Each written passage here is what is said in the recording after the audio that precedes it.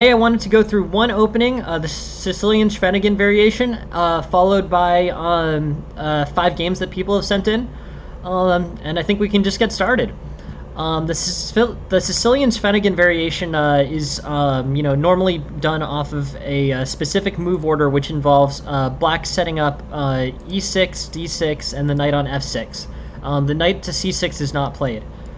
So here, e4, c5, knight f3, d6, pawn d4, pawn takes d4, knight takes d4, knight f6, and then knight c3, and then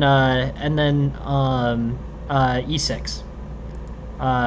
So basically here, this is the Sicilian Schwenningen variation. It's characterized by these pawns on both d6 and e6.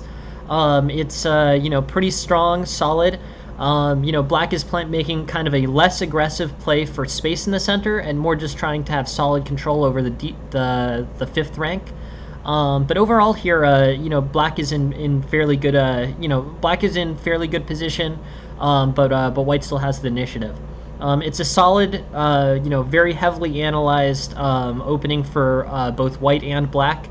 Many of white's plans involve setting up a kingside attack, while black makes attacking threats along the c-file, often with the rook.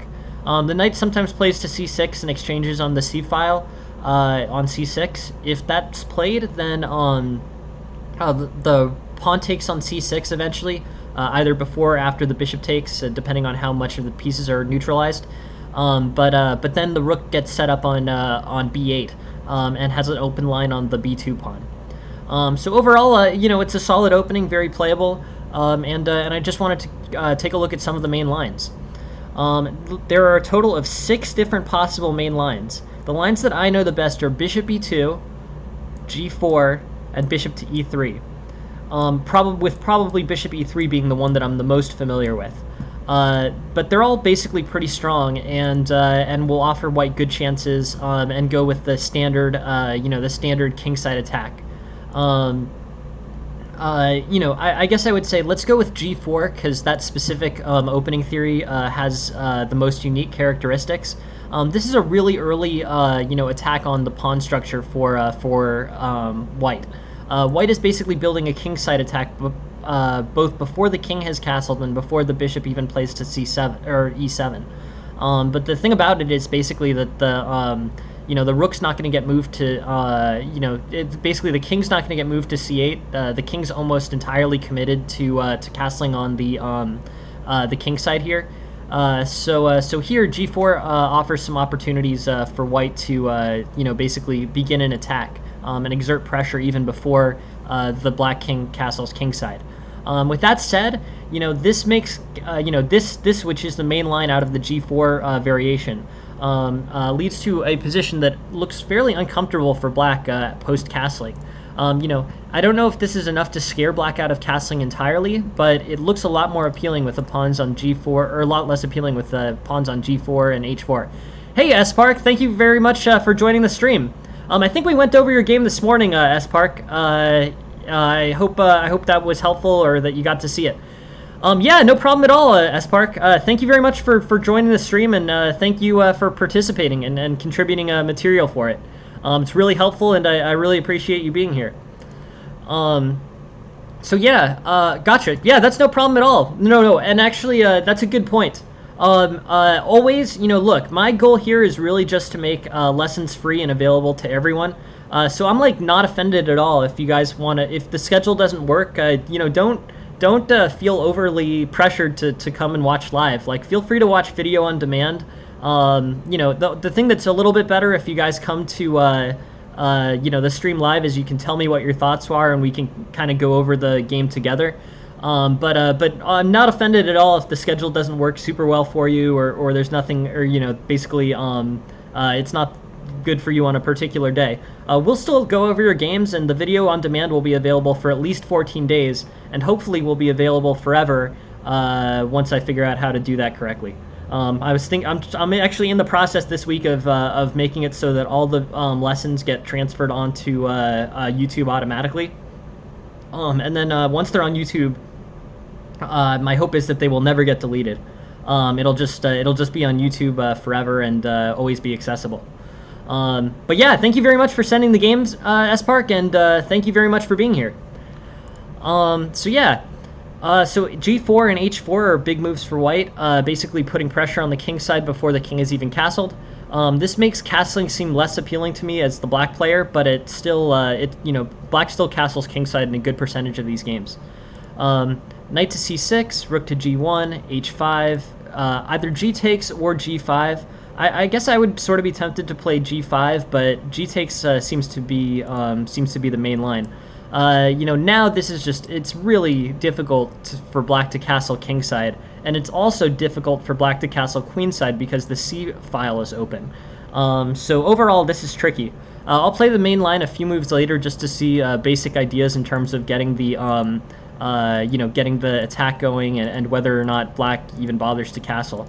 At this point, black, I think, is better off castling queenside, just because, if rook gets played to G1, that's really, bad for king safety on the king side. But now I think actually this opening has basically prevented black from castling at all. I wouldn't castle here as black, so yeah, black doesn't castle in this particular line. So that's interesting. I mean, basically, G4 is played with the idea of, G4 is played with the idea of preventing, or basically causing black to, be under a lot of pressure if castling kingside. But it's committed so early that basically, black can not castle kingside entirely. Whether that's awkward, whether or not that's awkward to just not do it, that's a good question. Yeah, S-Park. Someone sent me a bunch of openings. They sent me their full repertoire of games and or of openings that they're playing. And I was just like, yeah, let's start off with a an opening for a couple days worth of lessons. And at least we'll cover that material. But you guys don't have to send games or anything like that. If you guys want to look at an opening or endgame position, it's super helpful for me actually, because I often don't know these openings as well as I should. So I get to go back and learn them. But if anyone ever prefers just a general lesson or a general topic instead of the if anyone prefers a general basically a general lesson instead of like a game review, just you can make that suggestion on the Discord, and if you're saying I'm interested in looking at this particular line of the Sicilian Dragon or this particular Scandinavian line, you can just write that on the Discord in place of a game that you send, and we'll look at it. I'll just give it the slot exactly the same way that I would give a game, and we'll make it part of the lesson. So yeah, so until at least Thursday, I think. We're starting off all the lessons with a 15-minute stream. Yeah, totally. We've done King's Indian a bit. We looked at a Nakamura game out of the King's Indian, but I'll add another King's Indian slot for May 7th at 10 a.m. I'll do like a King's Indian recap on that. I'll probably have like a game. I'll have a highlighted game maybe. But we actually did do a King's Indian stream, probably within the last 14 days. But yeah, that's perfect. I'll just give you a slot for an opening the same way that I would give a slot to a game review, and we'll do it for sure. So yeah, so someone suggested a bunch of openings, and so I have 6 slots over 3 days, I think, devoted to that concept. So yeah, anyways, thank you all for sending material and sending suggestions and games. Okay, so we're on this G4 line. The other lines here, the one that I'm the most familiar with is bishop to E3. Bishop to E3, A6, F3. This structure is basically pretty solid for white. White will end up trying to make a kingside attack here. Moves like queen D2, either bishop to D3 or bishop to E2, I think are the main moves for the bishop. And then castling queenside and then pushing the pawns on the king side, G4, H4.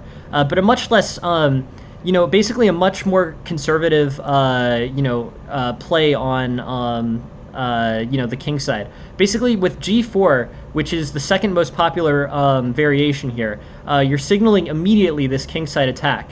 This seems risky, and signaling your attentions this early as white, I think, is a little bit, could potentially be problematic. You know, in the game that we went over briefly, you know, it keeps black from castling at all, which is probably bad, but not really what you're trying to do here. You want to play a post-castling, you know, you want to play a post-castling kingside attack. Hey, thank you very much for the follow, Sprintless. Thank you for joining us. So G4, you know, basically is a very early signaling of a big attack by white on the black kingside. It would, you know, it would deter me or make me think twice about castling kingside, to be honest. Very early start on this. So, yeah, I guess bishop to e3 is what I know, so that's what we'll take a look at. Lines are a6, knight c6, bishop e7. But both sides basically develop in a straightforward way. You know, there's a lot of transpositional potential here. In this case, it looks like white's castling kingside. This is, you know, something that white can do in the Sicilian, but it means that, that the attack on black's kingside will be a little bit less pressured post-castling, and more compromising to white's kingside safety. Castles here, f4, a6, a4, queen c7, king h1, and moves like rook f3, rook g3, rook h3, probably rook g3, you know, become available to white in the near future. You know, white also may go with the g4 structure, but, you know, it gets really dangerous with the king having castled kingside. You know, the attacking pawn storms on black tend to be pretty compromising to white's king safety. So that's something to just think about when launching these attacks. You know, unlike in basically unlike in the Sicilians where white castles queenside, if white castles kingside, white needs to be a lot more cautious in the attacking on their kingside. Attacking on the kingside is still probably the correct plan for white, but it's much more double-edged when you're you know, basically compromising your own king safety to do it. Still probably the mainline plan though. Rook e8, bishop f3, rook b8, g4. So, yep, you know, as I said, the main line here is to just start launching an attack on the king side. It's dangerous, though. I mean, you've now opened this white, you know, you've opened this white diagonal on your king, so, you know, better make sure that that you, you know, protect accurately and hope that your attack on the black king side is successful. Knight takes d4, bishop takes d4, e5, fx, dx, bishop a7, rook a8, and basically here, you know, white is in pretty good place. Rook d8, queen e2, knight e8, and here I think, you know, I would just keep playing normally as white. You know, continue the attack, maybe bishop to h5, onto bishop to f7.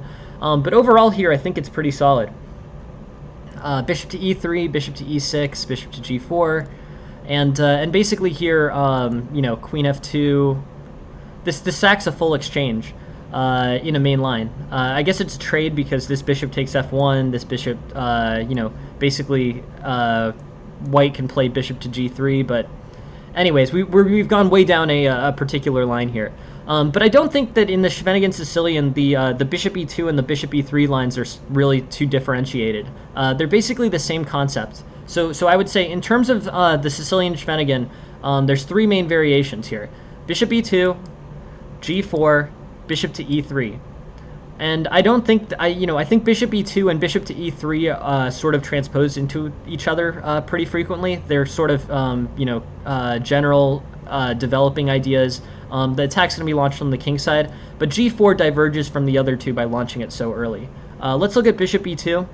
Bishop e2, a6, castles, bishop e7, f4, queen c7, bishop e3. And now white's, I think white's, you know, pretty much better here. This is a little bit loose. It's going to be a little bit more cautious in terms of a kingside attack, but, you know, I think basically white has a center advantage.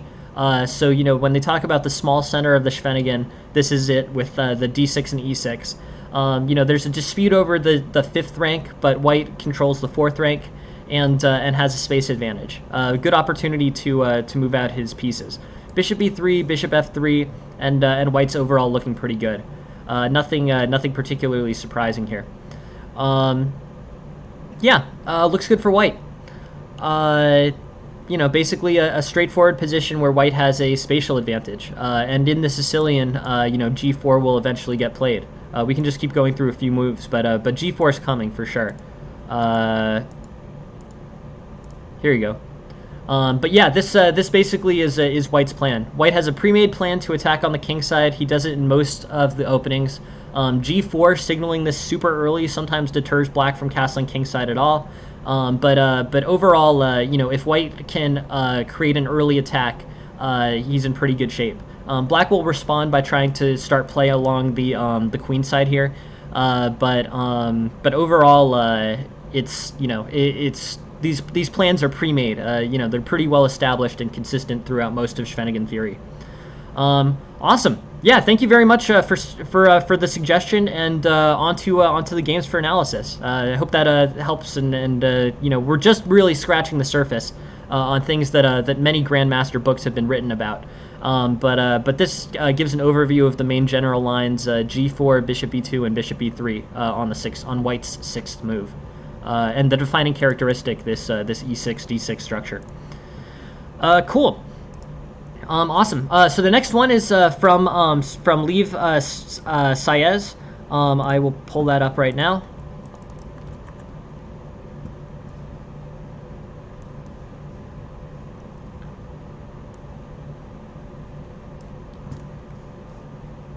Lev Saez is playing White, and we will take a look at this.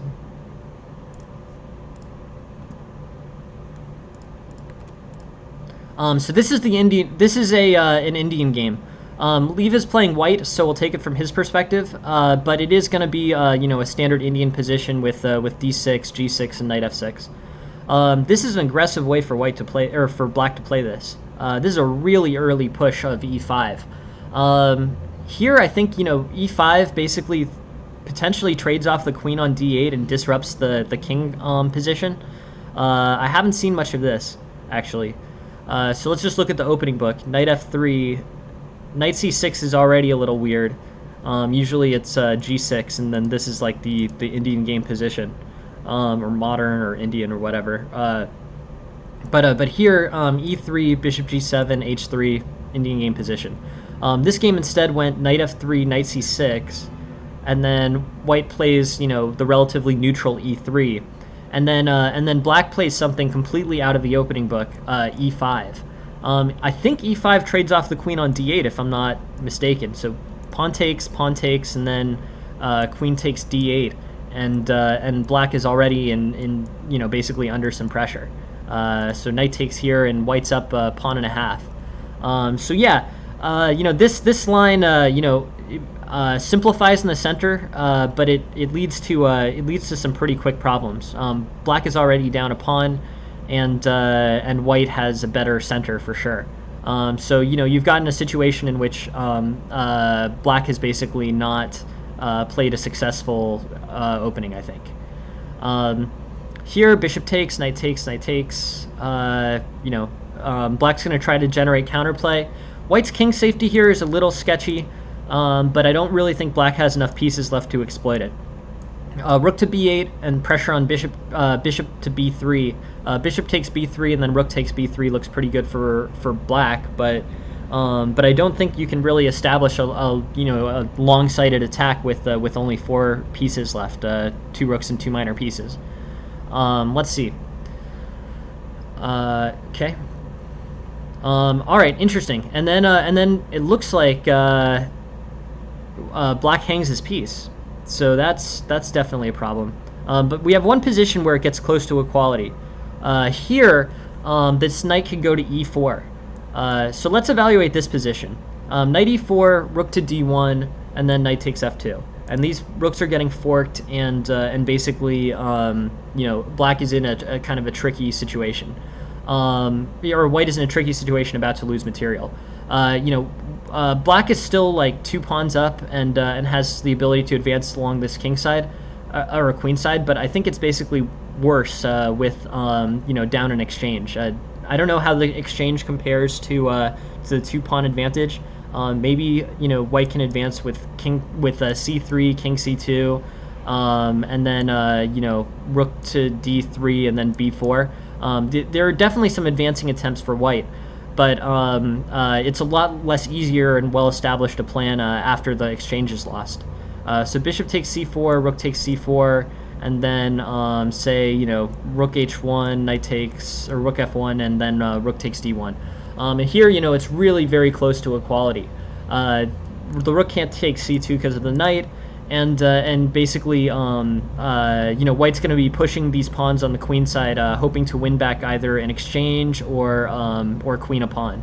But basically it disappears white's advantage. So this basically is tactically complicated. c5, bishop takes, knight takes, rook c7, knight b3, and white's looking fine. There's no real issues until this move. And rook d1, basically this knight e4 only wins the exchange with with the tempo. I mean, you need so here rook d1, or rook a3 is the most clearly better. But rook d1 also doesn't pose nearly the same problems. It's really only this rook to d2 move, which allows this knight to advance to d4 and then forces the rook to d1, that is the problem. Rook to d1, knight takes f2. I think this should be a move that you can sort of eliminate from from your list based on the mobility that it provides the rook. So here, if you move the rook to d2, it's only got 3 spaces it can go to, one of which is covered by the bishop. This is not a very mobile rook. Maybe potentially there was the idea of providing some defense to c2, but I don't really think that's a great an idea. I think here rook a3.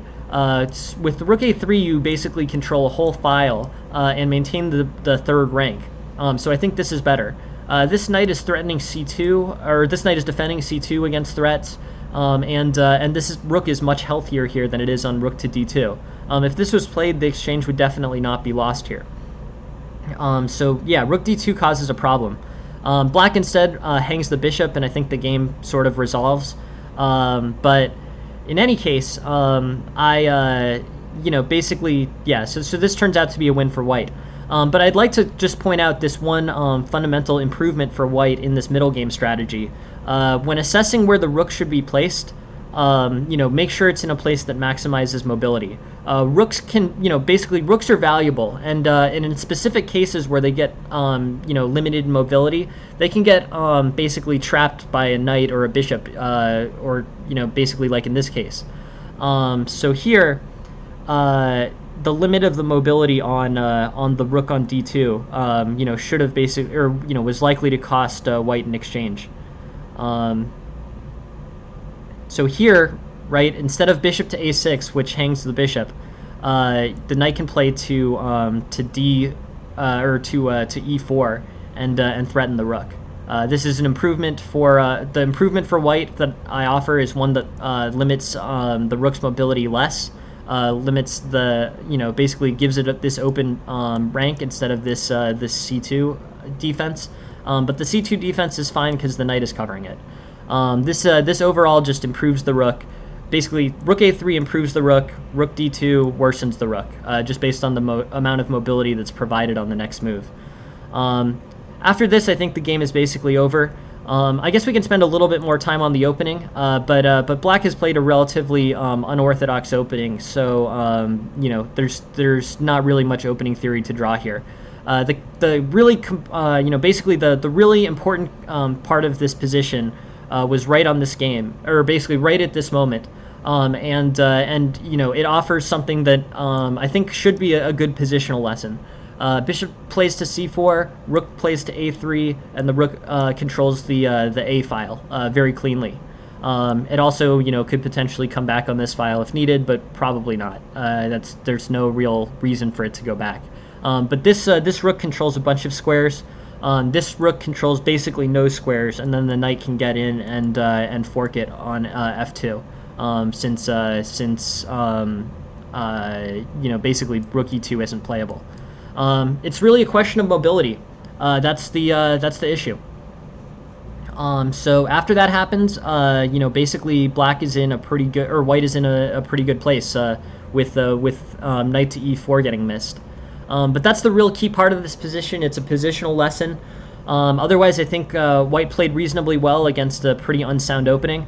But I just want to use this opportunity to reinforce, if you don't have to, don't get your bishop or don't get your rook trapped, because the rook can get trapped by minor pieces, and if it's lost to a minor piece, that's a lost exchange for you.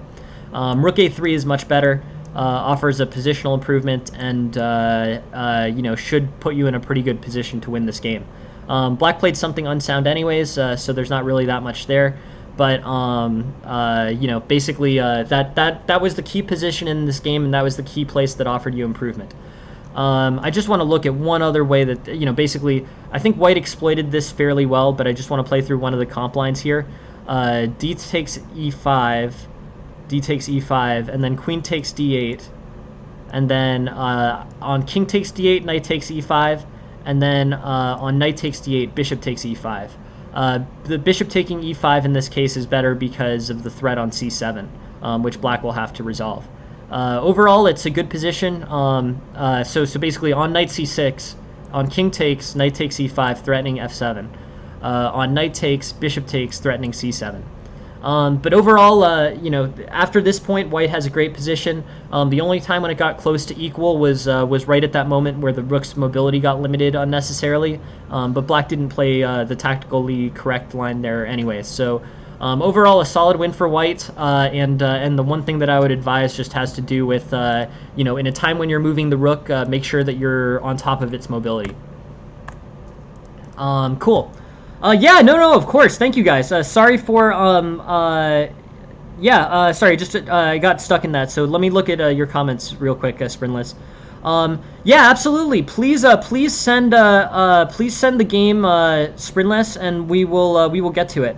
I think if I confirmed that I already asked it, or let me just make sure. I'll take a look at the Discord for a second. Okay, cool. Thank you very much for sending the game, Sprintless. The game is in for May 7th at 10 a.m. Eastern Time. Thank you very much for sending it. Perfect. Yeah, it's in for 10 a.m. Eastern Time on the 7th, which is Friday. It's great to have this much material ahead of time. I get to prepare better for it. Yeah, please keep sending it. Thank you very much for sending it, and yeah, look forward to the analysis. Also, if the time doesn't work well for you, Sprintless, you can always watch it video on demand. Or, I'm usually trying to be pretty cool about moving it to a night session versus a day session, or if you have a specific time that it might be better for you, I'll try to take that into account. It's not too hard for me to switch things around. I can definitely do it. So yeah. But for right now, Sprintless, it's due for 10 a.m. on May 7th. Thank you very much for sending it, and thank you for contributing to the stream. Thanks for being here. And yeah, thanks a lot, Rockets fan. Look forward to looking at your games soon too. I really appreciate it. I really appreciate all everyone submitting like a lot of content, which makes it really easy to prepare and set up things. Not at the moment. So I'm gonna work this week and try to get it so that Twitch is integrated with YouTube. You can do that. I don't know how to do it, and I have a feeling that if I put a couple hours aside, I could figure out how to do it. But at this point, the games are just uploaded to Twitch. So they're on the Twitch page under recent broadcasts, and they're up there for 14 days. So yeah, feel free to access those on Twitch, and I think they should be good there. But YouTube, I'm gonna try to get going. I've started my YouTube account. I've started like the YouTube channel. I just need to figure out the integration process with Twitch and Twitch Studio. Then we'll be really good. I really want everything to be available forever, so instead of just 14 days. So that's why I think YouTube will be a good step forward there. Cool. Next game. This game is sent to us by. This game basically, is a solid game for White. Let's just play through it real quick. It's the Albin counter gambit, which is cool. We actually haven't had one in the Albin yet. No problem. How about 6:05 p.m. on the 7th, Sprintless? We can do that instead. Whatever, honestly, whatever works. Would 6:05 on the 7th work for you? Whatever's the most convenient. But yeah, so here e5, knight c3, bishop e6, pawn takes d5, or pawn takes e5, and yeah, we're looking at the Albin counter gambit. I really don't know this super well, but we will get to take a look at it. Okay, I'll put it down for the 7th on at 6:05 p.m. Thank you very much for sending over the game, Sprintless. Cool.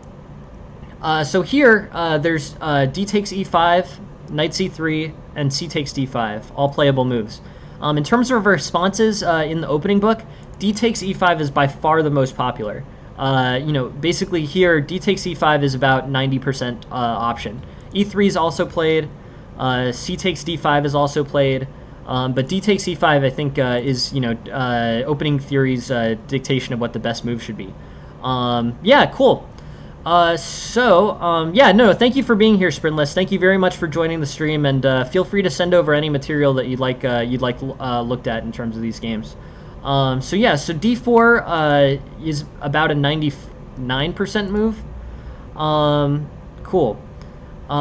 Here. Yeah, 99% d4. Knight f3, knight c6, g3, knight ge7, and this is basically a main line here.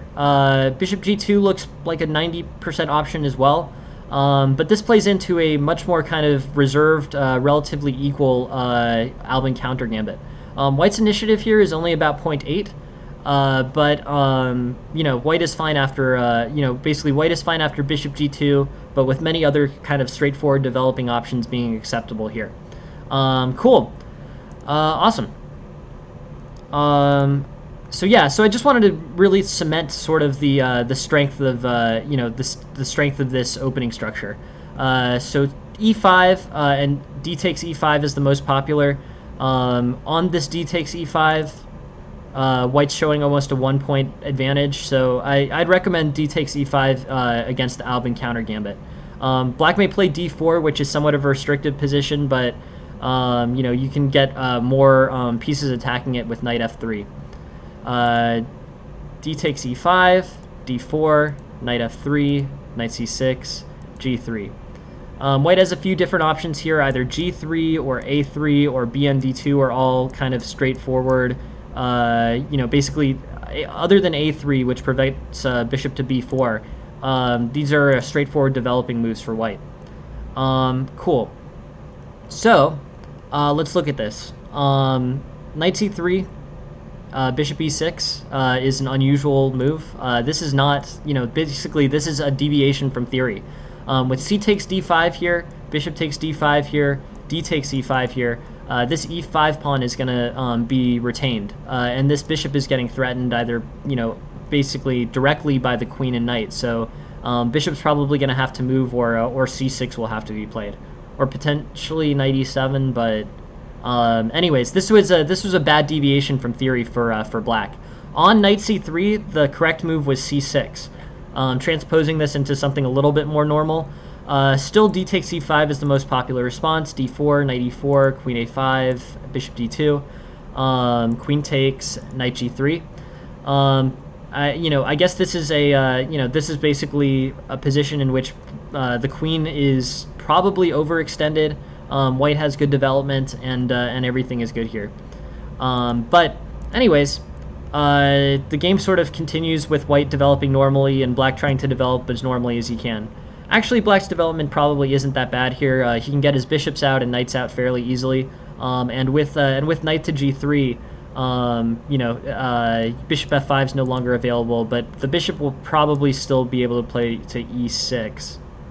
That's probably now the most natural square for the bishop. But overall, weird opening. Albin counter gambit. I want to keep looking at the Albin counter gambit, but I also want to get this game through. So let's take a look at this. Let's take a look at the rest of this.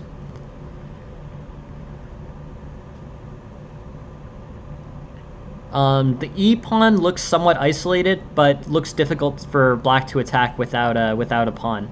And white's up a piece. So how much? Basically, this is looking at this is basically looking like a significantly better position for white. I don't know if it ever gets close here, but yeah, losing the rook here I guess makes it close. So great. It's been a while since we've taken a look at an endgame. This basically looks like this is getting evaluated as equal, but let's look at kind of the themes for white in this endgame. This should be interesting. F4, rook c3, h5, and here, yeah, b6 looks like a blunder that's going to allow rook takes h5. And overall here, it looks about equal. Cool. Yeah, I mean, I'm sort of wondering, how should white play this? My guess is probably that it's really drawish. There's not really much. So the position where it first, where it first turns into a rook and pawn versus rook and pawn endgame is here. This is interesting. So I don't know. Rook a5 looks playable. B5 and then b6 look playable. But it's hard to know how white should advance this. I mean, the engine's evaluating as a draw, so that's probably the most key part of this. But in any case, b5, b6, and white is good, I think. White's going to be able to probably, pick off one of these pawns, and I think things should be relatively good. Anyways, rook a5, king b6, f4, and things, basically the position's simplified. Black's pawn structure on the c file or on the f file is pretty bad. This was an error for black. The winning move here, king takes f4, is really an error here. If the rook plays to b5, this basically gets into a winning type position. Rook to c8, b7, rook to b8, king takes f4, and I think everything's good. Nothing too surprising there, yeah, basically a win for white. Awesome. Let's keep looking. d4, d5.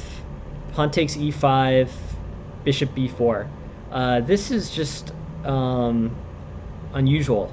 I don't really know anything, basically going on here. Pawn takes d5. And here, I don't know. I mean, I guess I would just say white is better. White's gained a piece.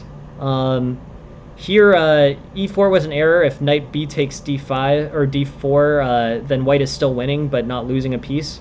The correct solution here, I guess, yeah, was just like bishop to c3. Knight c6 is really a blunder. I don't understand why black would play that. Knight takes b4, I guess, is fine. White may have this check, queen a4, but then you can play knight to c6, and everything's good for white. Anyways, things continue. And white ends up a rook and ends up in a drawn endgame position. Pretty wild game, to be honest. d4, d5, pawn takes e5, pawn takes, and I think everything's pretty much all right. Threats on d5.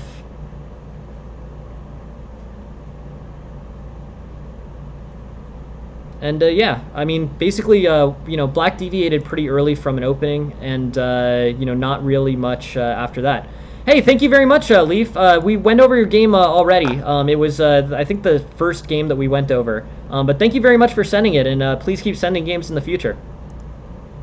So yeah, so e5 here.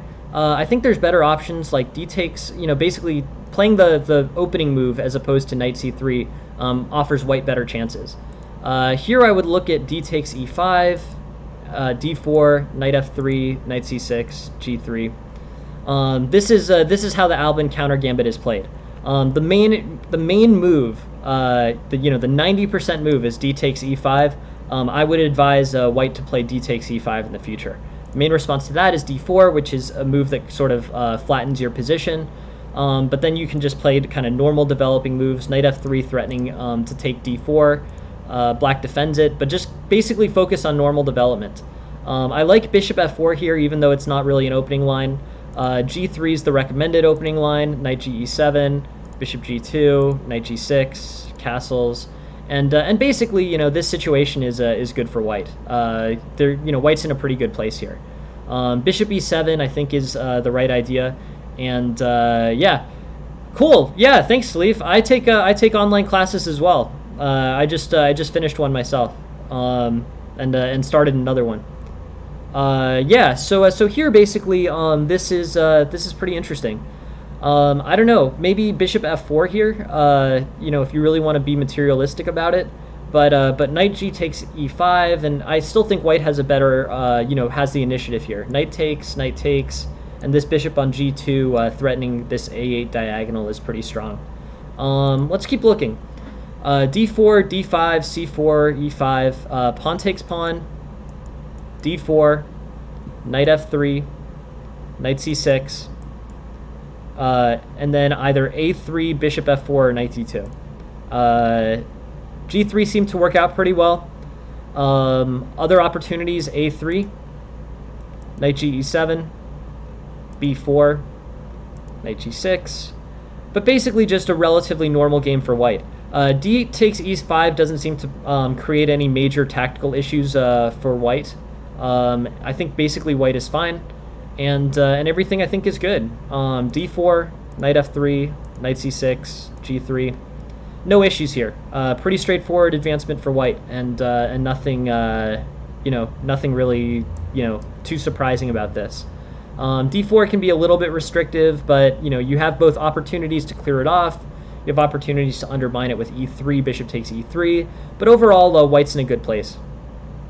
Bishop E6, Bn D2, Queen D7, Bishop G2, and yeah, white is. I think white's in a pretty solid place. Maybe b3 and then bishop to b2. Yeah, cool. Yeah, thanks, FIFA boy. Thank you very much for stopping by. So bishop to g2 and white's in a good place. Castles, h5, h4. Nothing really too dangerous. Basically, just have to play chess.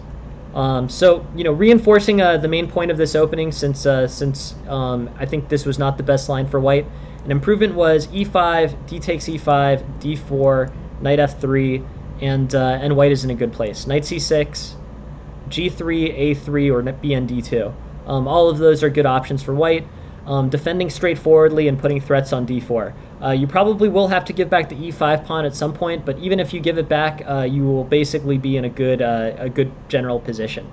I'm sort of curious about bishop f4 because that's the line that I would be tempted to play. I think bishop f4 should be fine too, and it makes more sense from a developmental perspective since it gets the bishop out before the knight. But yeah, eventually the e5 pawn still has to be given back, but white actually has a positional advantage. So overall, white can accept the gambit and then give it back with a positional edge, as one is supposed to do with a gambit. Knight gx e5, knight x e5, knight x e5, and now with queen f5, these pieces are getting forked. Everything is good.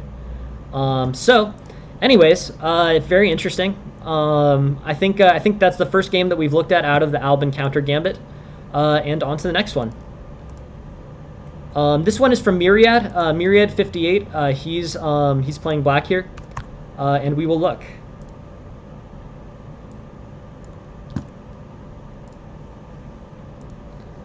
I guess I would say with Fianchetto setups, it's sort of it basically depends on the rest of the position. In a modern type position, that's pretty fine. Fianchetto setup with G3, G6, or depending on who's playing it. So G6 generally, bishop G7. That becomes black's most valuable piece, and paired with a good pawn break at the same time, can be a pretty good position for black. It really depends. It's a good question, Leaf, but nothing particularly insightful about my analysis. It's just basically a way that you can develop the bishop effectively, and basically it's a good diagonal. Fianchetto is sort of a good way to play it, and depending on the position, it can be the appropriate thing to do. Fianchetto setups on b3 for white in the Italian situation, or b3 bishop to b2, tend to not be so strong. So it's a very complicated question, Leaf, and I hope my analysis is reasonably good. The main point there is just don't don't play anything unnatural trying to achieve a Fianchetto setup, but just sort of decide when, whether it's fitting for the opening and the position that you're playing in. Very broad question. Thank you very much for the leaf, for that leaf. Cool. So anyways, let's keep going. Let's take the position as black. This is Myriad's game. E4, D5, pawn takes D5, queen D5, knight F3. And this is an interesting Scandinavian defense. Basically, this is not the usual Scandinavian fence in that it leaves the queen on D5 unchallenged. It's sort of a very, it's kind of a lazy way to play this. It's basically not, it doesn't really make sense to be playing knight F3. You do want to develop with tempo here. So developing without tempo doesn't really make a whole lot of sense here. Bishop G4, Bishop E2, Knight C6, H3, Bishop H5, Knight C3, and then Queen D7. Basically White's looking good here. This is relatively good for. This is actually relatively good for Black. Generally, the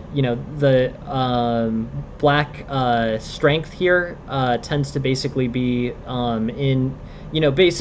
taking this to the middle game tends to be stronger for Black. With the basically with the Scandinavian, the eval is generally much worse actually for Black than this. Plus 0.43, not really that bad, not really that different from equality. And considering that with the Scandinavian you're getting some level of practical compensation anyways, I basically like Black's position here. So castles queenside, b4, and then either f5 or knight f6 or bishop takes f3. But basically really very close to equality. I don't know if knight takes b4 can be played. That looks like a pretty dangerous tactical possibility, but it is in this opening book.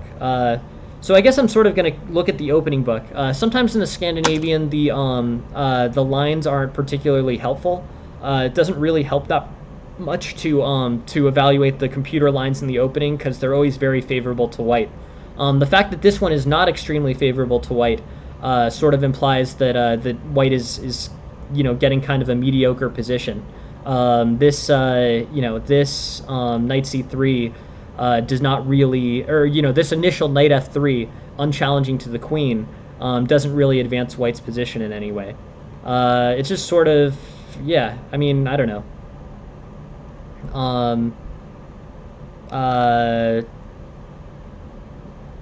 Not that great an idea. And it'll definitely lose. It basically, it'll end up losing a lot of time to Black, who's going to play this, much more aggressively and with much better straightforward development. Anyways, b4, knight takes b4, rook b1, and then e6. Knight c6 was the book move here, but e6 looks fine to me. I don't see any problems there. Now it's sort of an interesting kind of asymmetrical position. This b1 rook has some attacking chances for White, but Black has better development, and it looks like he's going to start launching an attack on the White king side. It's interesting. Anyways, nothing too exciting there. Knight f3, bishop g4, bishop e2. And yeah, now White's, this should, I think as a general trend, these positions overestimate how strong, White is in the Scandinavian. So 0.6 is really, having played the Scandinavian, I just know that 0.6 is not as solid for White as it might appear in other, or might be consistent with in other positions. It's just not, partially because Black doesn't get his central pawns out early.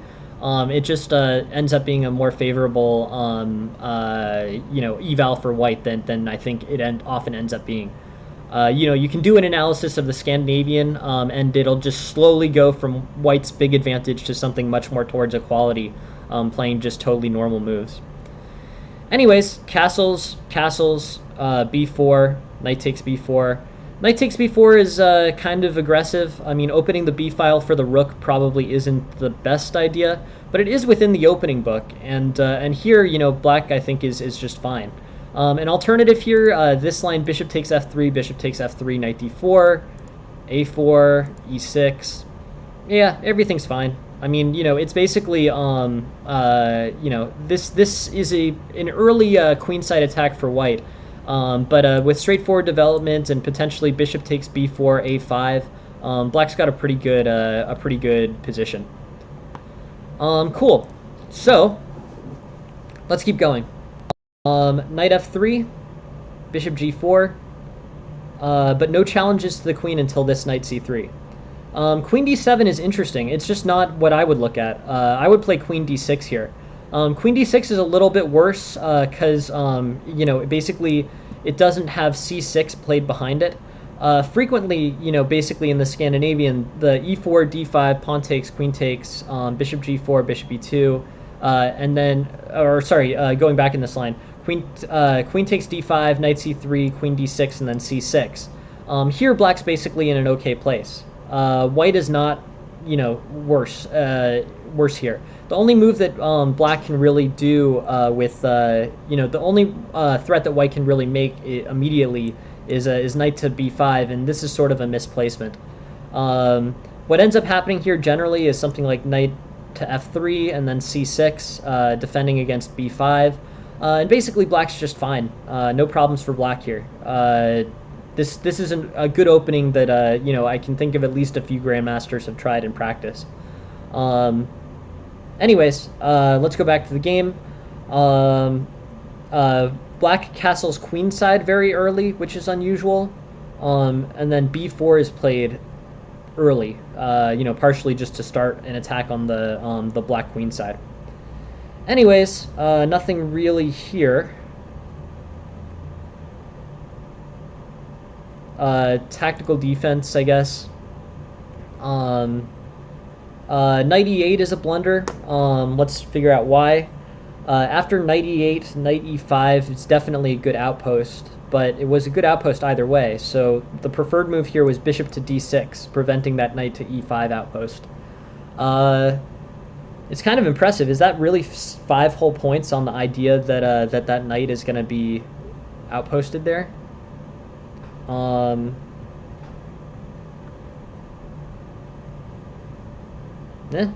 Alright. Anyways. Bishop to e5 and then rook to c1. Interesting. Yeah, cool. So e4, d5, queen takes, and just basically, where was black's best opportunity here? Knight to c6, knight to e4, f5, knight g3. This looks fine for white.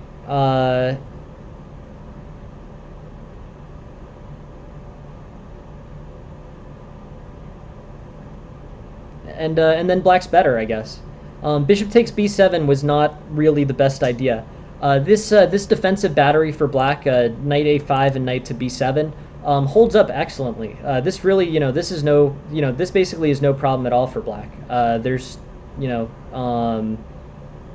it basically, I'm a little bit surprised that black chose to let this.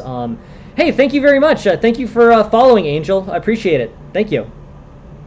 So yeah, so knight d6, knight takes bishop takes b7, knight takes b7. Things are fine. No problems here. Basically this was kind of a squandered opportunity for white. Leading to equality out of a +7 eval was silly, not a good idea. And here, I don't know. I guess there's not really much, not much white can do. What was the better? Let's take a look at what the better method for white to break in here was. Knight takes, knight c3, which is fine. Knight c6 here. Sorry. Knight takes, queen b7. Yeah, everything's fine. I think black is just. Yeah, black just seems to be stronger. I don't think there's a way to break in with this method. Let's take a look from here. Here, I think white really makes a serious misstep, so I'm kind of curious to see what the engine comes up with in terms of analysis. Knight c4 looks very challenging immediately. This a5 knight is holding the b7 pawn down. So I'm thinking like knight takes. I mean, this is actually really tricky. Um, Maybe knight to d6. No, well, I mean, it's actually really just bad for black. You know, it's +5 for white and looks like it.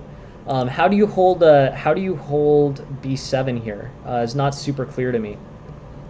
Um, Queen e7, bishop a6, knight d6 looks fine. But knight c4 challenging this a5 knight, I think, is a much better play. Knight takes c4 and then c6 maybe. But overall, I think it's pretty good for black. Anyways, interesting. Let's just go through this game. It's a very tactical game, which I don't particularly like spending a ton of time on the streams. But yeah, overall, it looks pretty good for black. Out of what was very good for white. Too much tactical play to be, you know, a lot of tactical play to be honest. In terms of sidestepping a lot of this stuff, I'm just going to go back to where the opening breaks were. Castling queenside introduced a lot of potential issues. I think castling queenside in general is probably fine. In fact, the engine is evaluating it as best. But yeah, I don't know. I'm not a huge fan of castling queenside here. I think after bishop g6 or e6, black's in a pretty good, you know, basically black's in a pretty good place. Castling kingside seems much more intuitive, and it leads to a lot less problems with these kinds of aggressive attacks. You know, that said, it is one of the opening lines. Let's just look. It's the second most popular opening line, relatively deep in, so I don't know, that's a small sample size. But I play like e6, knight f6, bishop d6, and just, you know, don't worry about any of this stuff. It's knight f6, e6, bishop d6, castle kingside. And then you don't have to deal with any of this, you know, any of this, you know, weak, you know, relatively weakening pawn moves, attacks with pawns on, you know, attacks with pawns on the black queen side. Black is fine. Knight f6, d3, castles, bishop f4, e6, and I think, yeah, overall here, you know, black is fine. I think the eval is at about you know, 0.5. But overall, you know, I don't really see too many problems with this position. I'd prefer to be castled. Kingside, but overall here this looks just fine. No issues. Okay, castles. B4, knight takes, rook b1, and yeah, overall here, you know, relative equality. Things really start to go wrong for black when this attack starts coming in. There's a huge difference between bishop d6 and knight to e8 here. You know, it's for tactical reasons, so I guess we can play through them. But generally here, bishop to d6 is better. I don't know. I mean, this is a big positional weakness. Allowing knight to e5 is really difficult in terms of making, you know, basically, it's really difficult in terms of finding things for black to do after knight to e5. So, knight e8 instead, knight to d5, queen e7, bishop a6, and overall here, now things are fine. You know, how could white have done this better? c4 was considered to be better than bishop to a6. I think just sort of a slow pressing attack of white on the white queen side is probably the best idea.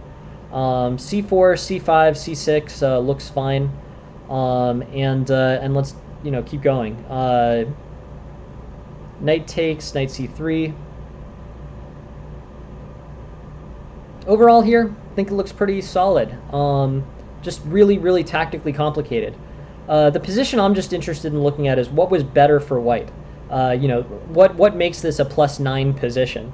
And I really hope that it's something relatively clear, because you know, with a +9 eval, it really should be.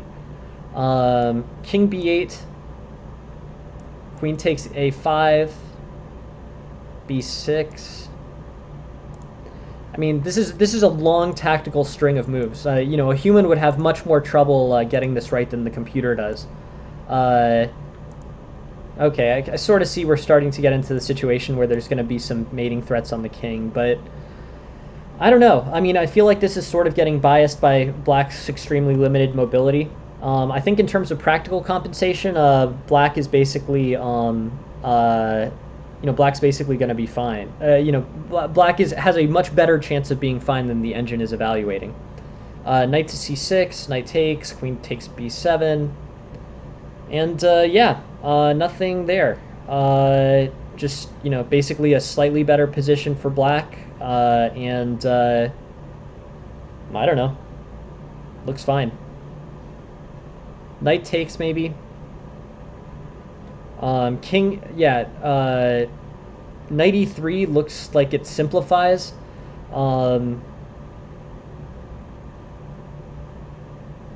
Yeah, let's look at what happened here. This is another tactical complexity. Rook to d8 basically holds this file.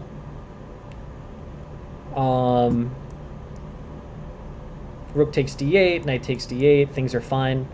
And on the other side, king f5 leads to knight e3, king g6, and then knight takes f7, king takes f7. Here Black is better. So overall, good stuff. Rook d7, knight e7, and overall, I don't know. I guess not a lot there.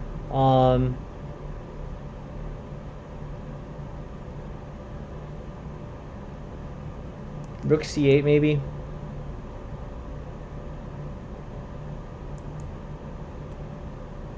Yeah. Okay, interesting. Cool. Yeah, so very tactically complicated position, a lot of volatility. Let's just look at this game. A lot of volatility in a really complicated position. In terms of improving this game for Black, first I'd point towards tactical play. I can improve White's game a lot better. Knight f3 doesn't make much sense in the Sicilian. No, I'm actually just gonna configure one this week. Thank you for asking, Leaf. My goal is to basically make it so all of the lessons are automatically uploaded to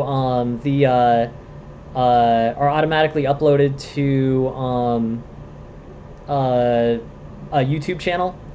But yeah, nothing at this point. Hoping to get that all configured this week, and then once these lessons can go up forever, that's going to be way better. 14 days is not my goal. My goal here is unlimited free chess content for everyone, free instructional content so everyone can access it, and having a YouTube channel where the videos are up indefinitely is much better than having a Twitch channel where the videos are only available for 14 days.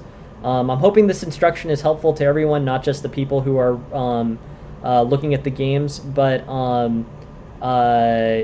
basically I want everything up forever, and I want coaching to be completely free. It's really my goal.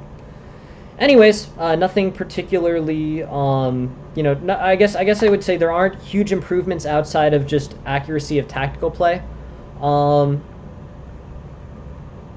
There's just a lot of weird moves in this opening. Knight takes b4 is pretty aggressive, but it's in the opening book. Improvements for Black, I guess I would say this was a little bit slow response to this queenside attack, maybe. H6 doesn't really do much. This bishop threatening this pin is really pretty unimportant here. I might start allocating resources to this queen to b, basically queen to b3 attack on b7. I guess, one thing just from a strategic perspective. So, I'm not a fan of castling queenside in the Scandinavian, largely because this type of thing can happen. So I guess my biggest takeaway from this game, other than just, tactical studies extremely important and accurate tactics are, the deciding factor in most club level games. that is pretty pretty much my biggest takeaway. Just basically, such a high percentage of games are determined by tactical, play at the club level.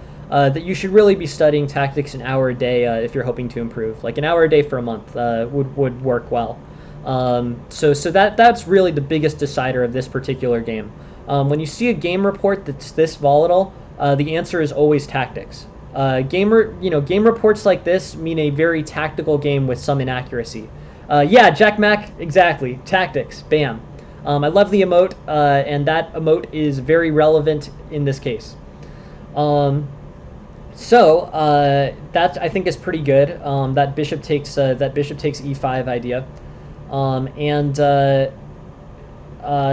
but the improvement that I would make for black here, other than really study tactics so you can play more accurately than your opponent in a tactically complicated situation. The only advice I would give is consider a line of the Scandinavian where you aren't castling queenside. If you're castling kingside, these threats really can't happen. Basically white is castled kingside, so he's sort of free to move like a4, b4, and aggressively attack on the queenside. And if you're over there, then he can, throw the whole thing at you and basically aim for a win over there. If you castle kingside, his attacking moves are going to have to be a lot more double-edged. You can't really pawn storm without hurting your own king safety. When I played the Scandinavian, I always castled kingside. My finding was that was almost always better. But that is the improvement that I would offer in this case. Knight f6, e6, and bishop to d6. The engine evaluates castling queenside is fine, so I guess I don't want to. I mean, it's playable. It's in the engine as a good move, but I think just for practical considerations, you'll avoid a lot of these really dangerous queenside attacks if you castle kingside. That's why I would propose that you do that.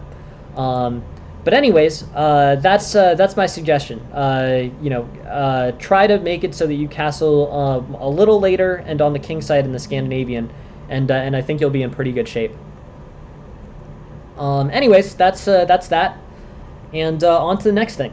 Thank you very much for sending the game, thank you very much for sending the game, Myriad. I think we have another one from you in the relatively near future. Please send more.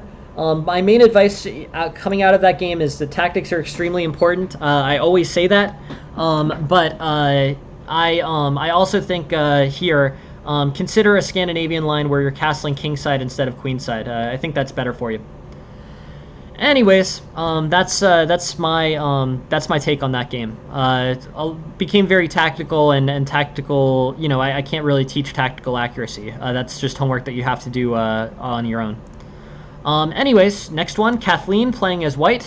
Thank you very much for sending this game, Kathleen. Let's look. Here we go. Kathleen is playing white here against the French. I haven't seen this game, and I'm just going to play through it quickly.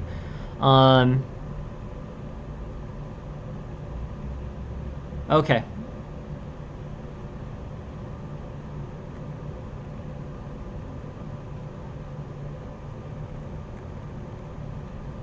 Okay, cool. Good save.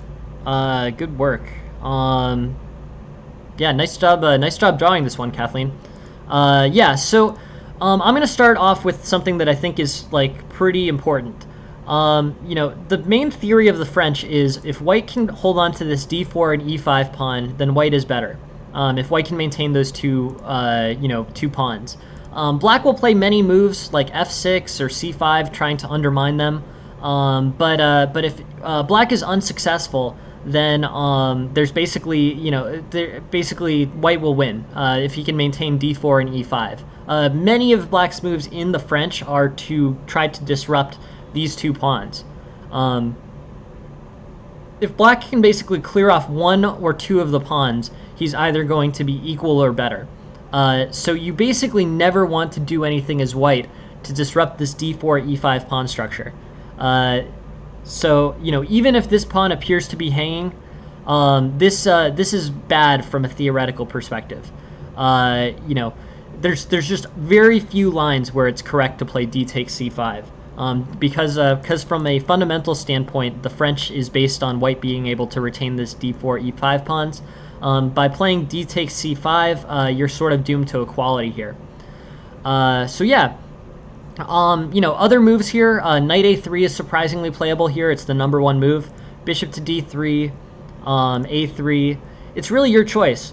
But there's a great draw up in Ideas Behind the Chess Openings by Fine on this topic, and it basically has to do with various pawn structures in the French defense.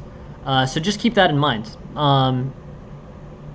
Anyways, knight f3, knight e7, but pawn takes c5 is not accurate. So I wouldn't play that. The king looks like it's moving a little bit inefficiently here. I'm sort of wondering, basically, d takes c5 is I normally just view as a really kind of,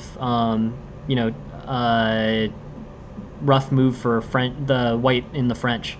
But I think you can hold this e5 pawn, and I think everything's pretty much good here. King e7. And, yeah. f5, maybe. f5, pawn takes f5, pawn takes f5, maybe. But basically white is good. There's not really much, much going on here.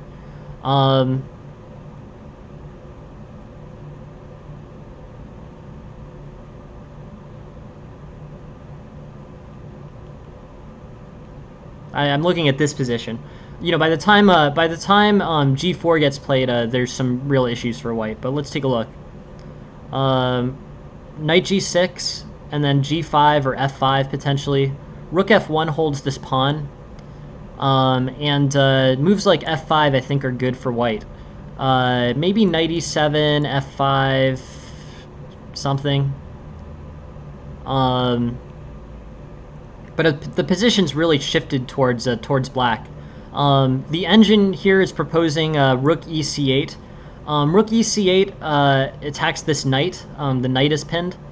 And on the knight moving, so here, say rook, basically here the engine just gives up the c3 pawn entirely. But let's say the knight moves, so the knight plays to e2. Black can play g5, but I was thinking more about black playing d5 here. This looks, or d4 here. This looks like it puts a lot of pressure on this rook on c1. But I don't know. Interesting. Let's go back. Okay. So this opening's going fine. D takes c5 is just a positional mistake. There may be opening books that recommend it, but I don't think that it's thematically appropriate for the French. D takes c5 is not that good an idea. Bishop e3, queen takes e3, bishop b5. Everything's, here everything's looking okay for white, but white's center is still diminished. I don't really like the general, I don't like the general idea. E5 could probably be undermined. Moves like f6, pawn takes f6 could eliminate that pawn, or basically eliminate white's center entirely. You'd have to set it up for a move or two first, but castles f6, castles bishop d7 f6, and black is just fine. Black, I think, loses some tempo here, bouncing that king around. I don't think that was super helpful. He should probably just play king e7 immediately. But in terms of improving, king f8, b4. Yeah, I think it's pretty much, I think knight takes c6 was an understandable error. Knight takes c6, rook takes c6 leads to an open file. But I do understand your goal of trading off the worse minor piece for the better minor piece here. That makes sense to me. I'm thinking something along the lines of like f5 could be good. But overall, I think white is basically fine. The engine's proposing a kingside attack, g4, followed by f5, and then probably king h1, rook g1, and pressure with the pawns on the king side. I like that. Yeah, no, thank you very much, Leaf. I got my water right here. Thanks. Um, Thank you for saying that. Good reminder. So yeah, G4 F5 looks pretty good, and yeah, overall, knight takes C6 I think was pretty weak. It was the kind of a it makes sense as an intuitive idea, but this bishop's not particularly doing that much on that diagonal, whereas this knight is actually holding a good amount of relevant squares. F5 probably is the best play for white, but G4, G4 F5, pawn takes F5 provides a more complete attack. I think this is good. So yeah, let's just go through it. King F8, kind of basically, these moves, King F8 followed by King E7 doesn't make much sense. And then white can sort of seize the initiative by launching an early kingside attack. Basically, the plan here is to launch a kingside attack. That's my suggestion here, and I think the way that white improves this game. D takes C5. I'm gonna continue to kind of harp on as anti-thematic in the French, and here, there's not really much. There's not much for white to worry about. I think it just comes down to making this attack with F4, F5, and pawn threats on E6. Yeah, I think white can just sort of safely push the pawns here. Once this sort of turns into a queenside thing, and once this, I think this, just in the abstract, trading this knight on D4 for the C6 bishop is probably not a wise idea. But if you do it, basically if you don't diminish white's center here and just start attacking the king side, I think that's going to be the best course of action for you. Even A3 is just kind of a slightly unnecessary move. G4, F5, pawn takes F5, king H1, rook to G1, and you're in a good place. So that's what I would vote for here. F5, pawn takes F5, and nothing. So cool, interesting. So yeah, too many moves spent on this on this queen side here. B4 I can sort of get my head around as a move. Probably it's probably already better to start attacking. The engine evaluates it. It's already better to start attacking on the king side. But looking at this position, even though it is double-edged, there's few enough pieces that black can really exploit you attacking on the king side. This leads me to believe that the attacking on the king side is really the wisest move. Overall, very interesting. E4, E6, and pawn takes C5 being kind of the only anti-thematic move. White's basically fine after all these exchanges.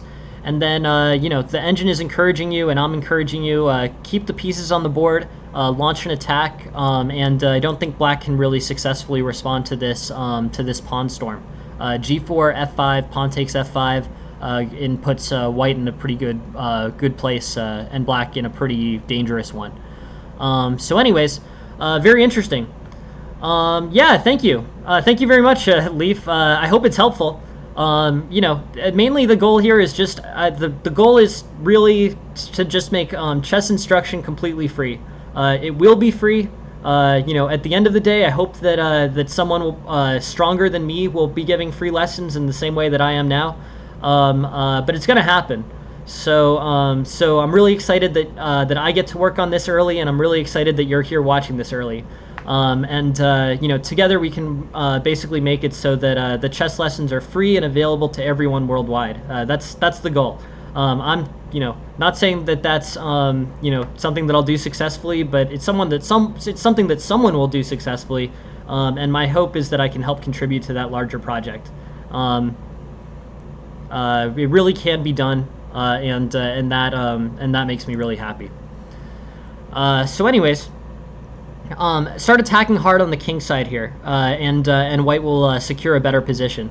I would just slow down on the fundamentals behind exchanging this knight for this bishop.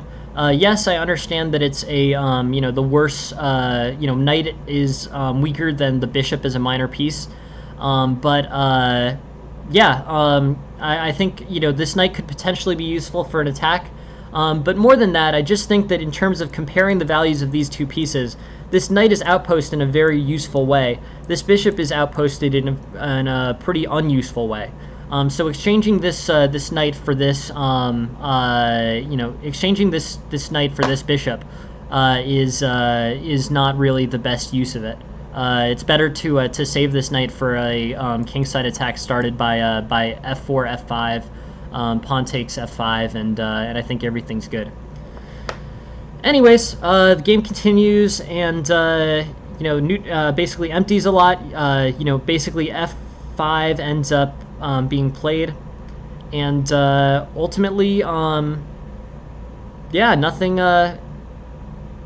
You know, nothing really too complicated. Black is winning and up material. I don't want to spend a ton of time on this endgame. You have a great tactic at the end. I just want to show that off for a second because I think it really was a strong idea. It was king to g. Rook takes h5 here, and then with king to g6. So basically, the eval is a -4, and then with rook takes h5 here, it goes to equals. King to g6 draws. I think rook to g5 was best, but still here. King takes, and I'm pretty sure this is a draw. Yeah, it's a draw. King takes h6, and if the rook goes anywhere else, then you play rook takes. Play rook takes f5, and then this was the cool tactical closing. Rook takes f4, king takes f4, king takes, king f3, and everything's cleared off, and it's a draw. So yeah, overall, good draw for white, and nicely done. Thank you very much for the game.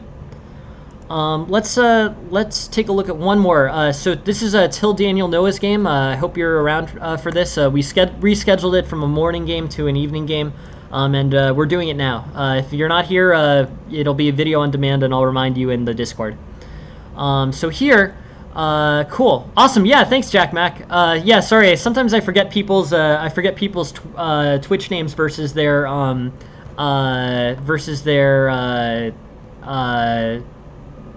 Twitch names versus their Discord names. But cool, let's go through this.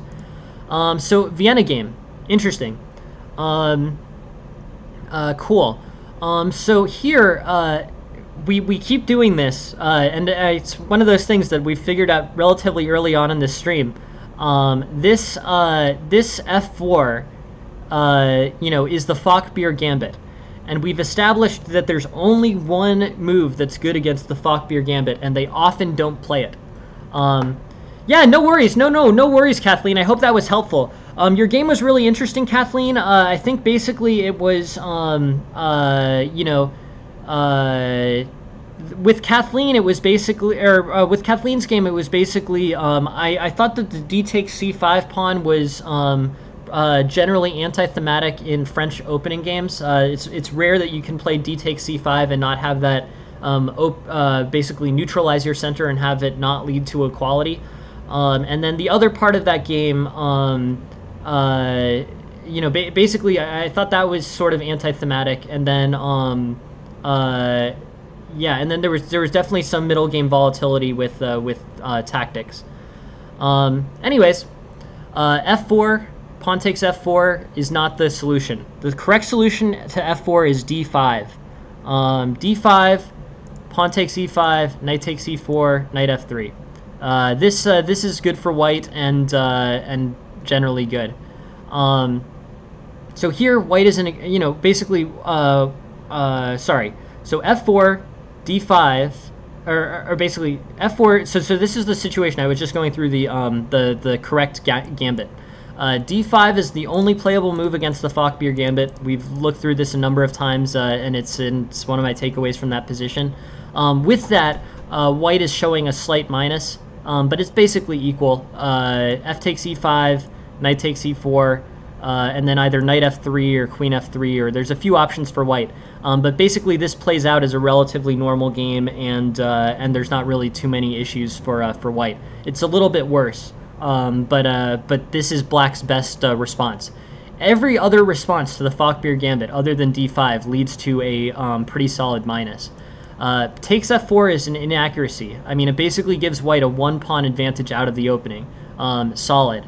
So if the gambit is accepted, that's almost guaranteed bad for black. Let's keep going on this game. e5 is correct, knight g8 is correct, knight f3 is correct, d6 is correct, d4. And then bishop g4 is the first move that isn't the main line here. Here, knight c6 is the main line. Something like d5 probably gets played. Bishop takes f4, gets back the pawn, okay. And here, you know, it's basically traded into a situation where white certainly has the initiative. Yeah, no, totally, Jack. But honestly, in this opening, we've looked at it a good number of times. Everything is bad for black except for d5, and black often doesn't play d5 here. You know, frequently it's not d5. You know, this book has black playing d5 90% of the time, but it seems like in practice, like it seems like black plays d5 like 50% of the time.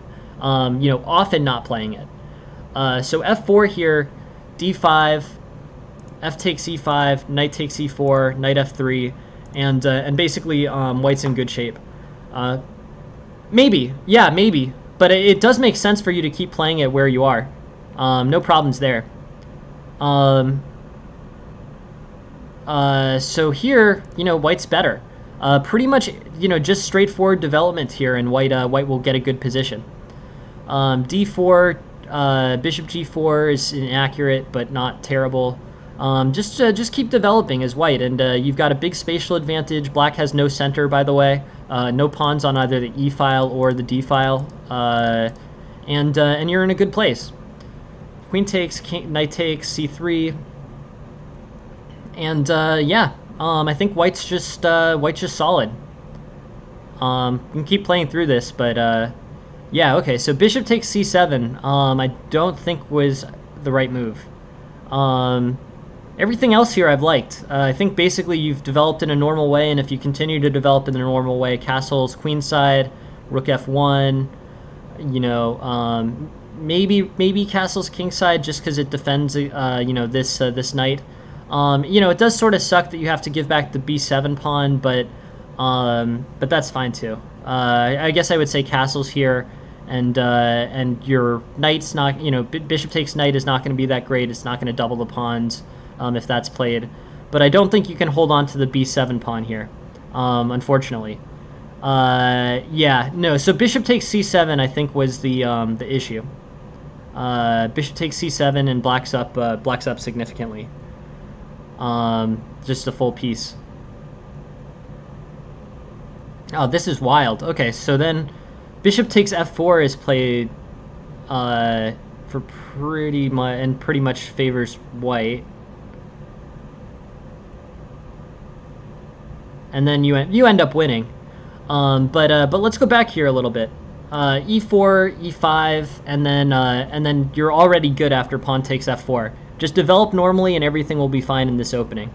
The pawn on b7 can't be you know, can't be saved. So castle queenside or castle kingside, and you're good. And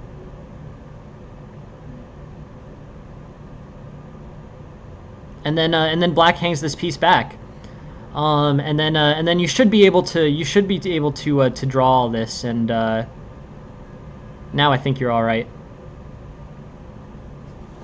Yeah, interesting, Jack. Interesting game. Very tactical. So yeah. So, you know, at the end of the day, I lead everyone to tactics because I know that's one thing that you know, I really can't teach. That's just something you have to do, all the tactical puzzles. You have to put the time in there, and once you do, you really will be in good shape. There are many points in this game where there was volatility. You know, there's multiple swings of more than 5 points, and the main point of tactics is so that you can capitalize on those. Once you do your tactics training, you know, start with an hour a day for a month, and then, you know, keep working from there. You know, you'll be able to see a lot more of these opportunities. You know, swings of 5 points should end the game, and with good tactical vision, they will end the game. So that's my main takeaway here. You know, I'm just going to steer you to the same resources that everyone is talking about. Basically, this you know, chess.com puzzle battle, chess.com puzzle rush, and basically you know, good tactical resources so that you can learn quickly. You know, you've got in a lead out of this opening. I wouldn't talk you out of this opening, especially if you're getting moves other than d5 against it. The refutation is d5. Everything else is good for white. We've looked at this before, and it continues to be true. So you know, when you're walking out of the opening with 2 points, I have no complaints. I just think it's really about tactics. Bishop takes c7 reflects something,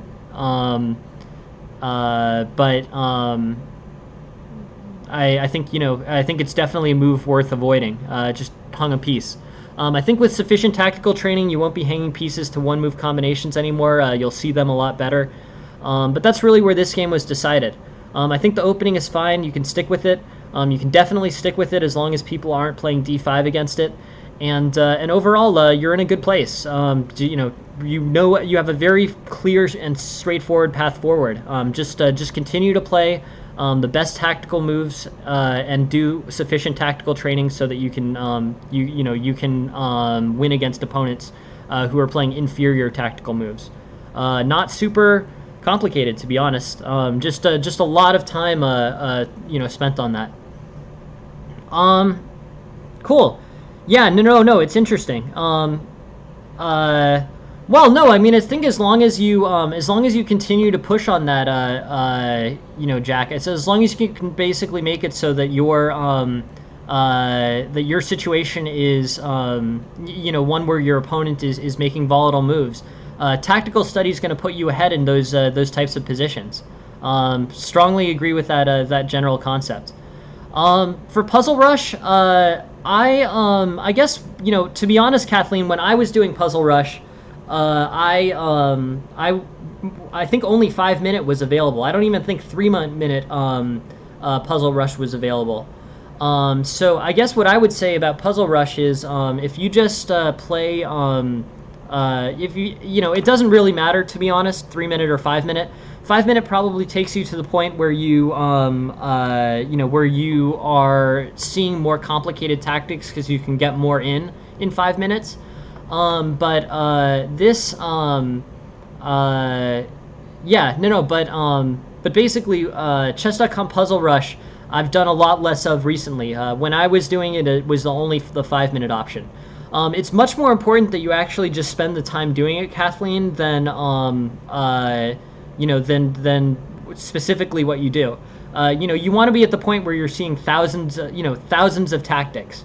It's really about volume, and you know, go back and do the ones you know, that you miss so that the correct position imprints.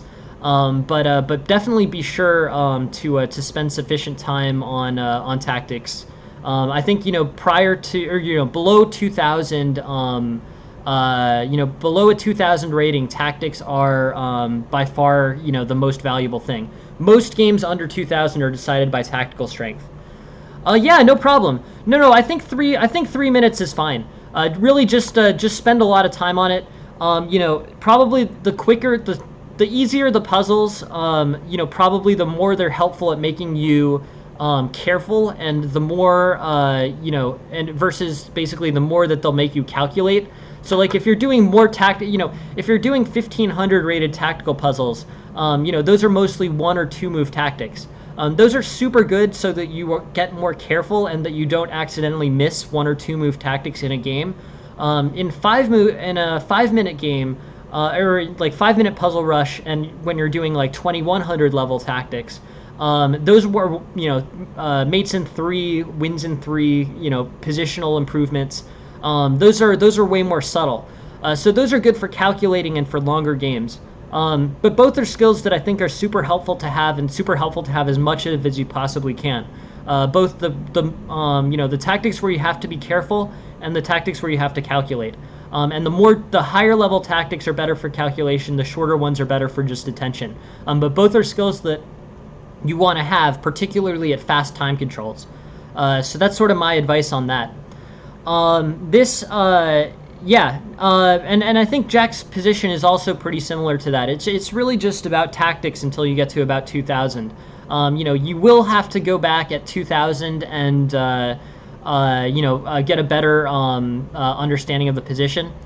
Nah, it's really about with opening theory. I think it's really about when people have suggested it. Someone gave me 6 openings to look at. Like the idea, I gave them 6 slots, one in the morning and one in the evening for 3 consecutive days. And if anyone else has any more recommendations on openings that they'd like to see, I would really like to see them. I think it's really helpful for my opening understanding. So it's up for you, or it's up to you. It's basically, that's basically the idea that I have. I think basically, having an opening theory section as opposed to a game review section could be helpful to the stream. And overall, just keep sending material. Doesn't have to be games. Could be opening theory. Could be endgame theory. And I learn a lot from it too, to be honest. So whatever you want to send is very helpful for the stream. So I don't have any organized way of doing it. I just give slots as they're available, Leaf. Interesting question. Feel free to just send me whatever you want, and I'll put it at a time that is available. Thank you very much for asking, Leaf. Thank you all for being here. In terms of better reviews, I guess I would say, things that are, I would say that's probably true, Jack. The less tactical ones, I have the more ability to add value to. The issue with tactical games is I'm happy to go over them and they show some cool stuff sometimes. But the thing about tactical games is basically that grandmasters are worse than the computer at them. The computer has basically solved tactics. So as important as they are for you to learn, they're not really that important from a theoretical perspective in terms of analysis, just because the engine can do all the tactics. No human can improve on what even the really basic engines like the chess.com engine can do. The chess.com engine beats every single human on Earth at tactics. So in terms of reviewing a game, I'm not sure I can add that much. For a tactical game, you can go through and look at with an engine, and I think that will do 95% of what I can do in terms of teaching. The situations that I think I can add the most value are the ones that are focused on opening positions, where I can kind of point towards openings that I've seen. More tactics in general. I think in terms of improvement, tactics are by far the most important thing under a 2000 level. But in terms of analysis, I just can't add much there. The computer is better than every single person at tactics. Basically in a tactical game, I can try to come up with better moves, but if I really want to come up with the best better moves, I just look at the engine line. And that's something that you can do at home, and that's not really any value that I'm adding. What I can do in terms of teaching is basically I can point towards strategies or opening type heuristics that are basically better at basically those are the areas where I can help to improve things. Tactics, I can say, yeah, this is better than that, but the engine could have said exactly the same thing. Basically, I can help less with calculation because the computer beats every single person on calculation, and help more with explanation. Explanation is where a coach can add value. Just tactical positions, a human's relatively worthless relative to the engine. I could definitely try that, Jack. Sure. That's an interesting idea and not one that I've thought of. The engine will solve the best move in every situation. You can look at the places where the engine, sees a big change in its assessment, and you can find the tactical mistake that would have provided an improvement or an opportunity. But the main point there is, just don't send whatever you want. Don't be afraid to send anything. I'm always really happy to see whatever games people will send in. I can look at the most instructive part of any game, and every game has instructive aspects to it. Even if it's just learning the Albin counter gambit, every game has ability to teach. Please send as many games as you can. It's really helpful, and it improves my analysis when there's lots of games and I can work ahead and do some prep. But yeah, overall, don't be afraid to send anything. Please send whatever you want, and that's it's all appreciated by me. You could send anything, any game to me, and I would appreciate it because it's all helpful in contributing to the stream in some way. Yeah, but yeah. Anyways, tactical games in general, I can't add as much value as an engine can, and I wouldn't want to pretend to. So anyways, yeah, thank you very much for sending those games, Jack, and yeah, really hope yeah, I hope you guys all have a good night.